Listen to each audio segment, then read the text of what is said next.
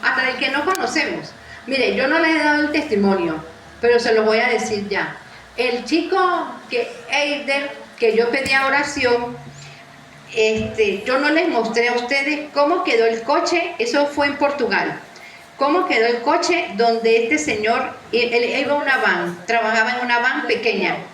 Y la van quedó tan destruida que el caucho que está donde está el piloto, el chofer, quedó totalmente destruido, como si lo destruyeron así.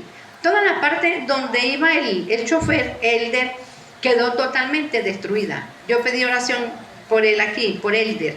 Es amigo del marido de mi hija.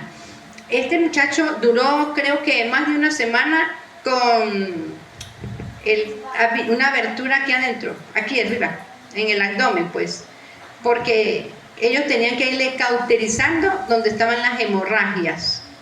Tenían que irle cauterizando, no podían cerrarlo, ¿sabes? Porque si lo cerraban era peor. Entonces, este joven lo tenían entubado en UCI, pero ahí cauterizando las hemorragias que él tenía.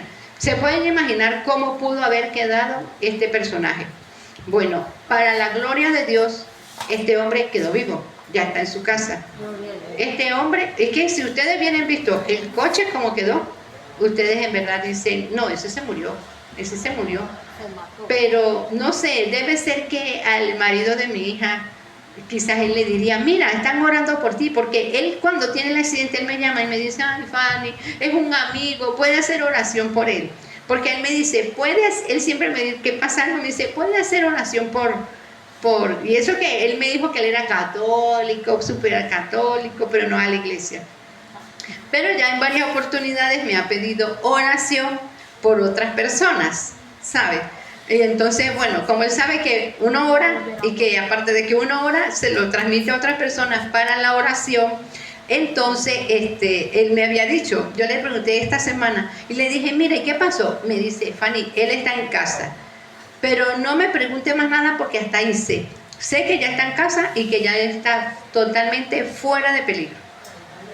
Debe ser que no quiso hablar más de Dios, no quiso quizás que le hablaran de Dios, porque puede ser que, como decía ahora la hermana, hay muchas personas que somos ¿qué? Desagradecidas, ¿verdad? Entonces, bueno, solo él lo sabrá, no sé porque ni siquiera lo conozco. Sé que es un amigo de él, pero sé que Dios lo salvó. Sé que Dios hizo ese milagro en esta persona. Ahí actuó que la oración que intercesora, ¿verdad? Vemos la oración intercesora, hermanos, cuando nos pidan oración, no nos neguemos, así estemos borrachitos de sueño, acordémonos de aquella persona o apuntemos, ¿verdad? Y llevemos a los pies del Señor, ¿verdad? Porque hay gente que en verdad está contando y confiando con aquellas oraciones. Entonces, uno de los primeros principios es, ¿qué? De la oración, la fe, ¿verdad? La fe. Y luego, ¿qué más tenemos? La perseverancia. Porque hoy vamos a orar hoy, pero ya mañana no, ya mañana ya estamos cansados, se nos olvidó y bueno, y etcétera, ¿verdad? Entonces no, tenemos que ser ¿qué? Perseverantes. Igual, cuando pedimos tenemos que creer que Dios lo hará. Porque si no lo hace de la manera que uno se lo pide, Dios sabe cómo lo va a hacer. No precisamente lo va a hacer como tú dices y a la hora que tú dices y como... No. Porque nosotros cuando oremos tenemos que decirle que se haga ¿qué? Tu voluntad, Señor. Tu voluntad. Porque solo Él mueve su voluntad. Nosotros oramos, clamamos con fe, pero tenemos que esperar que se haga hecha ¿qué?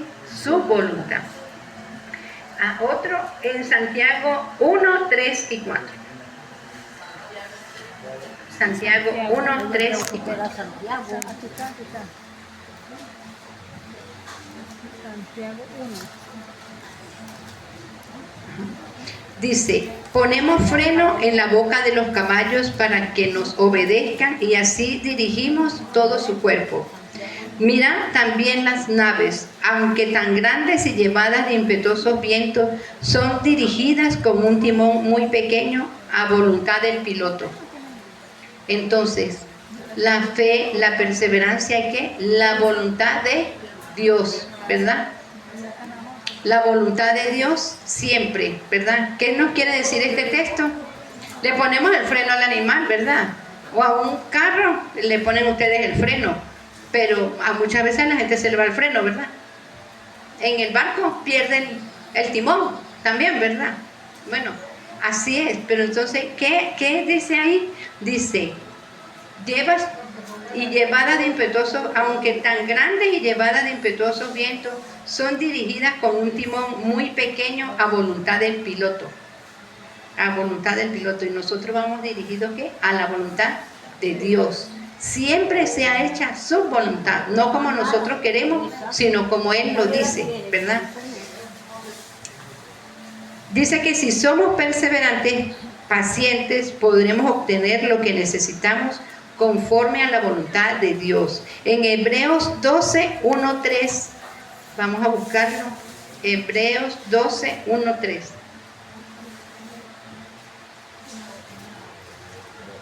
Si alguien lo quiere leer. Hebreos 12, 1, 3.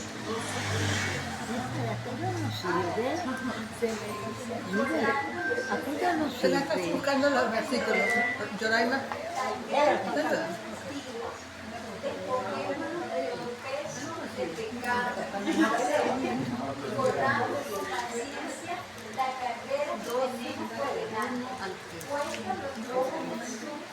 El autor y consumador de la fe, el cual por el gozo puesto delante de él sufrió la cruz, menospreciando el honor, se sentó a la diestra del trono de Dios. 3. Considerad a aquel que sufrió tal maldición de pecadores contra sí mismo, para que vuestro ánimo no se canse hasta desmayar. Tenemos por eso, hermano, tener fe y ser ¿qué? Perseverantes. Muy perseverantes tenemos que ser. A veces nosotros confiamos en alguna persona, pero esa persona en algún momento nos falla, ¿verdad? A mí me ha pasado a veces que me he sentido muy sola, muy sola. A veces hay tanta gente, pero me he sentido muy sola. Y a veces siento que me da como un berrinche. Y yo digo, Señor Jesucristo, pero si tú nunca me dejas. Mire, y yo cuando me siento así a veces atribulada, porque a todos nos pasa, y yo le digo, Señor Jesús, pero si tú nunca me desamparas, y si tú eres mi amigo fiel, y yo sé que estás aquí, ay Jesús, ayúdame, tú eres mi amigo, yo nunca te voy a dejar. Hermanos, ahí se acabó todo. Se me olvidó que estaba angustiada, que estaba afligida, que todo. Igual cuando me duele algo, igualito. Yo le digo, porque hay que confiar plenamente en Él, ¿verdad? Debemos confiar plenamente en Él. Y otra cosa que podemos decir, que otro principio de la oración, ¿qué será? Cuando pedimos a Dios con fe, perseverando, ¿ustedes creen que debemos ser pasivos o ser activos? Ser, ¿cómo es? ¿Débiles o valientes? Valientes, ¿verdad? Debemos ser ¿qué? Muy valientes, ¿verdad? ¿Qué pasó cuando la tsunamita le lleva al marido, le manda al niño? ¿Qué pasó? Ella vino y lo puso ¿dónde? En la cama de Eliseo. En la cama de Eliseo. Ella no la puso en la cama de ella. Ella lo puso en su cama, ¿verdad? ¿Y qué hizo? Se fue a buscar. Se fue corriendo, le dijo al marido, dile a un obrero que me acompañe, que prepare la asna, el burro, no sé. Y dile que quedaba muy lejísimo, creo que 25 kilómetros a donde estaba Eliseo. Se fue a buscar a Eliseo. Y Eliseo, ahí fue cuando él le preguntó, ¿verdad? Ahí fue cuando Eliseo le preguntó, el 25 y el 26. ¿Verdad? Cuando la